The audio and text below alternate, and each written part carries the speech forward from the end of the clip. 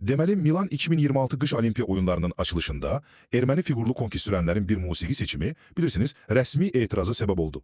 Bu hadisə Azərbaycanla Ermənistan arasında son vaxtlar olan o sülh cəhdləri fonunda idmanla siyasətin necə toqquşduğunu bir daha gündəmə gətirdi. Bu provokativ addımın özü. Deməli, Ermənistan təmsilçiləri, yəni o fiqurlu konki sürənlər Nikita Raxmanin və Karina Akopova çıxışları üçün Arsaq adlı bir musiqidən istifadə ediblər. Bilirsiniz, bu ifadə Azərbaycanın beynəlxalq səviyyədə tanınan ərazilərinə qarşı separatçı siyasətin demək olar ki, ideoloji bir simvoludur. Yəni bu addım qeyri-siyasi bir tədbirdə əslində açıq-aşkar siyasi bəyanat kimi qiymətləndirilir. İkincisi, Azərbaycanın reaksiyası da təbii ki gecikmədi. Milli Olimpiya Komitəmiz dərhal Beynəlxalq Olimpiya Komitəsinə rəsmi şikayətini bildirib və etirazda da açıq şəkildə deyilir ki, baxın, bu hərəkət siyasi və separatçı təbliğatı qadağan edən Olimpiya Xartiyasını, eləcə də oyunların o neytrallıq və idman etikası prinsiplərini kobud şəkildə pozur. Məsələni daha da, belə deyək, həssaslaşdırır.